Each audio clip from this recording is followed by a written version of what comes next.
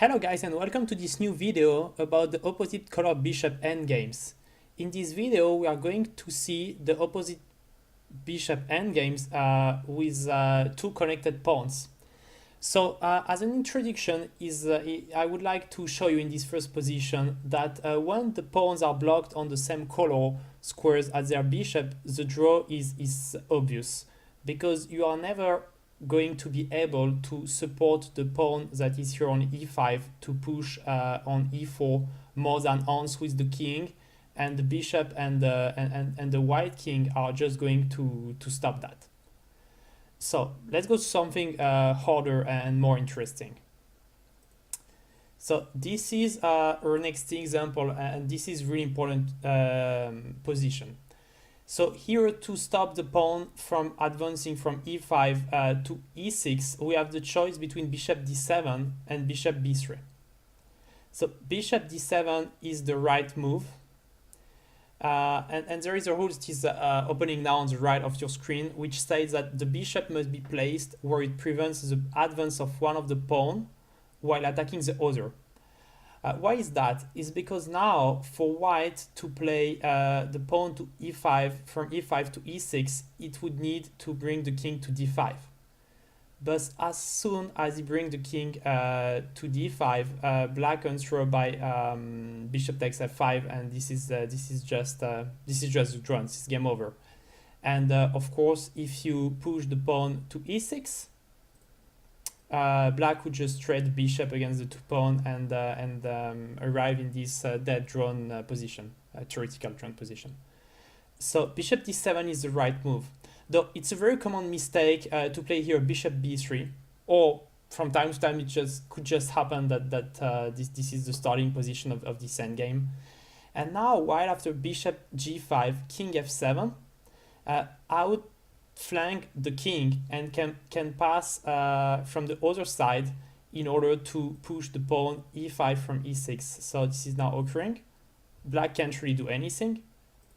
So e6 now is played, king e8, f6, and you cannot stop f7, bishop b3, f7, king f8, bishop h6, checkmate. So coming back again to the start, is really important to play here the move bishop d7 with the rule I said earlier. Let's go to our third example.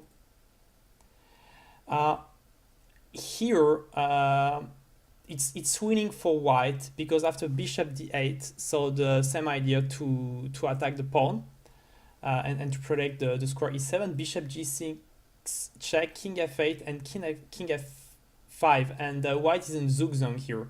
You can't you don't have a move. So by example, king g8, e7, bishop takes, f takes, king g7, and e8 queen.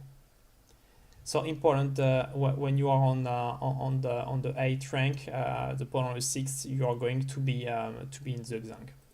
It brings us to our fourth example.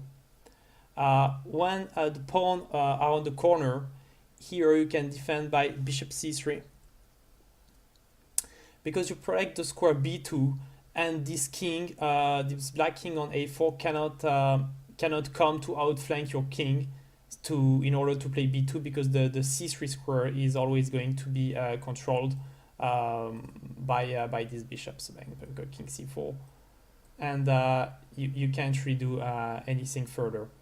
And if he tries to play a2, well, obviously, as in the first example, the pawn are on the same color as the bishop, and you just have to wait with your bishop. You could just come back, and nothing is never going to happen. So it brings us to our fifth example. This is the bonus one, I would call, because well, it's my favorite one. So here black could be in zugzwang after bishop f8, king g5. It could be the zugzwang, but here black has a pretty way to draw this. I give you 10 seconds to see if you can find the move here for black.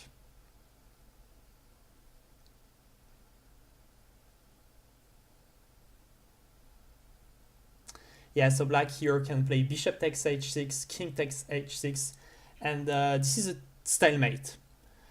I hope you enjoyed this video. It's very important to know the rules in those end games because it's always hard to find it over the board. So remember that. Thank you for watching again. Follow the YouTube channel. Thank you. Goodbye.